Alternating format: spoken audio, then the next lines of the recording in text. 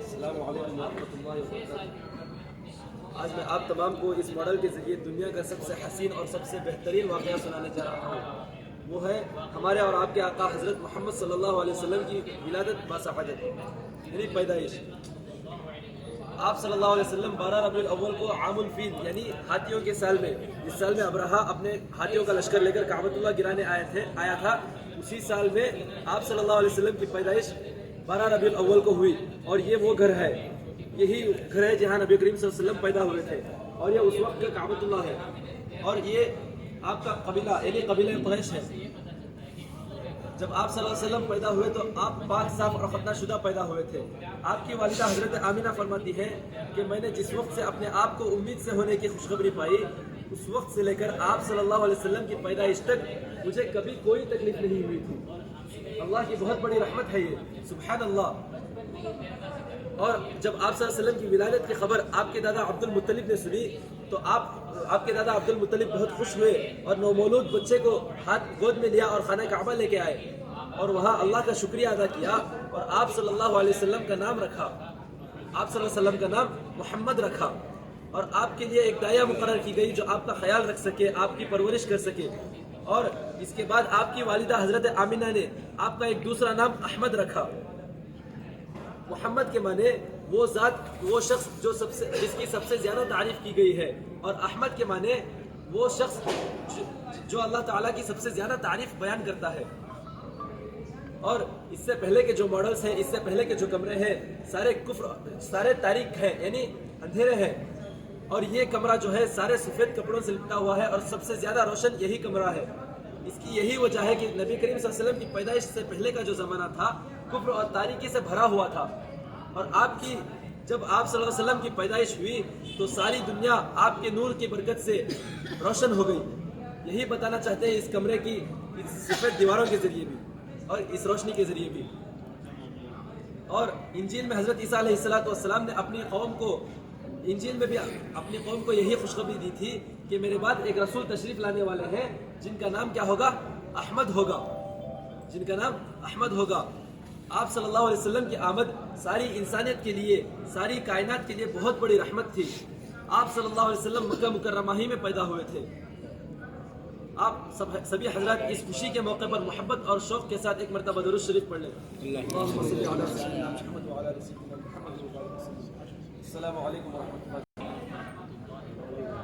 معزز احباب، اس ماڈل کے ذریعے میں آج آپ کو حضور اکرم صلی اللہ علیہ وسلم کے بچپن کا ایک درد بھرا واقعہ سنانے والا ہوں۔ یہ جو آپ کے میرے رائٹ سائڈ جو ہے اس کو شہر مکہ بتایا گیا ہے، اور یہ شہر مدینہ ہے۔ جب حضور اکرم صلی اللہ علیہ وسلم 6 سال کی عمر کے تھے تو حضرت بی بی آمینہ جو ان کے والدہ تھی ان کو مدینہ لے گئی تھی تاکہ وہ اپنے نانحال سے ملاقات کر پائے. ان کے نانحال بنو نجار کے قبیلے سے تھے. وہاں حضور اکرم صلی اللہ علیہ وسلم نے کچھ دن ادھر قیام فرمایا اور جب واپسی کی مکے کی طرف تو راستے میں ایک مقام آتا ہے جس کو مقام ابوا کہتے ہیں جو کہ تقریباً 180 کلومیٹر دور ہے مدینے سے. وہاں حضرت بی بی آمینہ سخت بیمار ہو گئی اور افسوس وہیں ان کا انتقال ہو گیا اور وہیں ان کو دفن کر دیا گیا. بس آپ تصور کیجئے حضور اکرم صلی اللہ علیہ وسلم اپنی پیدائش سے پہلے ہی اپنے والد کو کھو چکے تھے اور اب 6 سال کی عمر میں اپنی آنکھوں کے سامنے اپنی والدہ کو کھو دینا یہ کتنا درد بھرا واقعہ تھا. بس آپ تصور فرما دیجیے.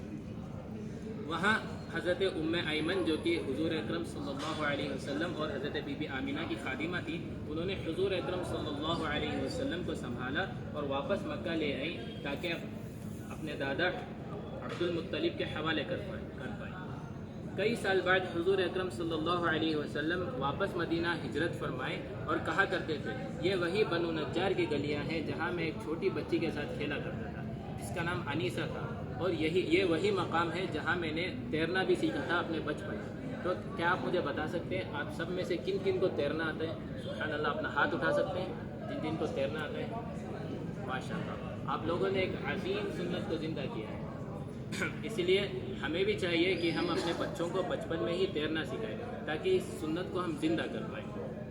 سبحان اللہ. اللہ تعالیٰ نے حضور اکرم صلی اللہ علیہ وسلم کو کم سنی میں ہی ماں باپ کے سائے سے محروم فرما دیا تھا لیکن ہمیشہ اپنی حفاظت میں رکھا اور عظیم ترین مشن کے لیے ان کو چن لیا تھا. جزاکم اللہ خیرا. چچا کے ساتھ ابو طالب جو تھے ان کے ساتھ ایک کاروباری سلسلے میں ملک شام کی طرف گئے تھے. وہ ملک شام ملک شام کا نظارہ ملک شام کی طرف گئے تھے. تو جو جانے کا جو منظر ہے دیکھیں یہاں پر ہے تو پہاڑوں کے درمیان سنسان راستہ تپتی ہوئی ریت اونٹوں پر اور جو عرب کی جو دھوپ ہوتی ہے بہت واقعتاً خطرناک ہوتی ہے. تو اس دھوپ میں جا رہے تھے. اللہ تبارک و تعالیٰ کا کرم یہ ہوا کہ اللہ تبارک و تعالیٰ اپنے نبی اپنے محبوب محمد صلی اللہ علیہ وسلم کو اور تمام قافلے کو 2 بادلوں کے ذریعے کیا کر رہے تھے؟ سایہ کر رہے تھے. 2 قافلے جو بادل ہیں قافلے پر اور آپ صلی اللہ علیہ وسلم پر سایہ کر رہے تھے. تو یہ قافلہ چلتا آ رہا تھا ملک سیریا بولتے ہیں ملک شام. اس کے قریب میں ایک مقام تھا بصرہ. اس کے قریب میں اور اس کے قریب میں ایک درخت تھا. اس درخت کے نیچے آرام کے لیے ٹہرے. تو یہ جو درخت تھا اس کی ٹہنیاں خود بخود جھک کر تمام قافلے والوں پر کیا کرنے سایہ کرنے لگے. اسی درخت کے قریب یہ جو درخت ہے اسی کے قریب میں اس کا نام تھا بحیرہ. کیا نام تھا بولے؟ بحیرہ. تو وہ دیکھ رہا تھا بحیرہ پورا دیکھ رہا تھا منظر نالے کو ایسا بادل سایہ کر رہا تھا. آیا اس میں کیا کرے درخت سایہ کرنے لگے. پورا منظر دیکھنے والا ایک عام انسان کو ایک بادل سایہ ہرگز کر ہی نہیں سکتا. وہ کیا کرے لوگوں کو جاننے کے لیے کھانے کی دعوت ہے. جب سب جنے آگے تو وہ پہچان لیا کہ بھائی کون اس میں آپ نبی ہے, نبی کون ہے, کون اس میں جو مخصوص خاص انسان ہے کون ہے, پہچانے. جب سب جنے کھانے سے فارغ ہو گئے ہاں یہ جو 12 سال کا جو لڑکا ہے یہ آگے چل کر اللہ کا آخری نبی بننے والا ہے اور اس کی حفاظت کی ذمہ ہماری ذمہ داری ہے کہ ہم اس کی حفاظت کریں. اسی طریقے سے اصل میں بولنے کا مقصد ہے ملک شام. اصل میں ان کا مقصد تھا ملک شام جانے کا.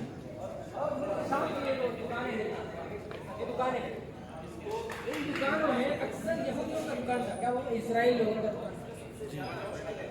تو بحیرہ اور اسرائیل لوگ کیا سمجھتے تھے ان کے خاندان میں تھا. ان کے خاندان میں جتنے بھی انبیاء کرام علیہ السلام جتنے بھی نبی آئے سو پورے ان کے خاندان میں چاہیے. وہ آخری نبی کے انتظار میں تھا کہ آخری نبی ہمارے خاندان میں چاہنا وہ انہوں سوچنے کو تھا. حالانکہ آپ صلی اللہ علیہ وسلم دوسرے خاندان میں آئے بنو اسماعیل میں. تو یہ بحیرہ راہب یہ کہہ رہا تھا کہ بھائی ملک شام جو جاری ہے ملک شام جون و خود میں, کیونکہ یہودی لوگ جو ہے اپنے کتابوں میں پڑھ چکے ہیں کہ یہ آخری نبی والے ہیں, آخری نبی آنے والے ہیں اور ان کے چند نشانیاں ہیں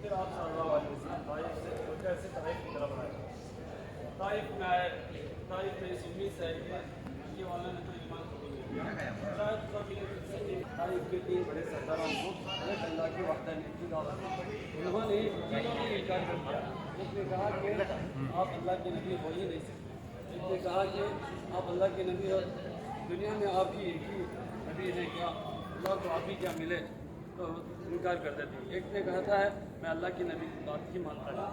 اس کے بعد آپ صلی اللہ علیہ وسلم ان سے مایوس ہو کر باہر گاؤں کے باہر نکلتے ہیں تو ان لوگوں نے ایسا ہی نہیں چھوڑا. آپ صلی اللہ علیہ وسلم کے پیچھے اوباش لڑکوں کو یعنی چلبلے لڑکوں کو لگا دیا.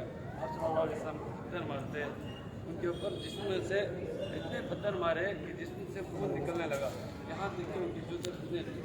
پھر آپ صلی اللہ علیہ وسلم بہت مایوس ہو کر ایک چٹان پر بیٹھے, زخمی تھے. پھر آپ صلی اللہ علیہ وسلم نے ان لوگوں کے لیے بدوا نہیں کی, اللہ سے ان لوگوں کی ہدایت کی دعا مانگی. پھر آپ صلی اللہ علیہ وسلم کے پاس اتنا زخمی ہونے کے بعد اللہ کو غصہ آیا اور آپ صلی اللہ علیہ وسلم طرف جبرائیل علیہ السلام آئے اور کہا اگر آپ چاہیں تو یہ دونوں پہاڑیں یہ دونوں پہاڑیں اس قوم پر داغ کر اس قوم کو تباہ کر دیں گے.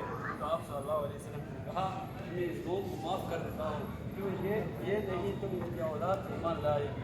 پھر آپ صلی اللہ علیہ وسلم طائف سے واپس ہو کر آپ نے انجیل کے بات کو پوچھے. اس کا نام عباس ہے. آپ صلی اللہ علیہ وسلم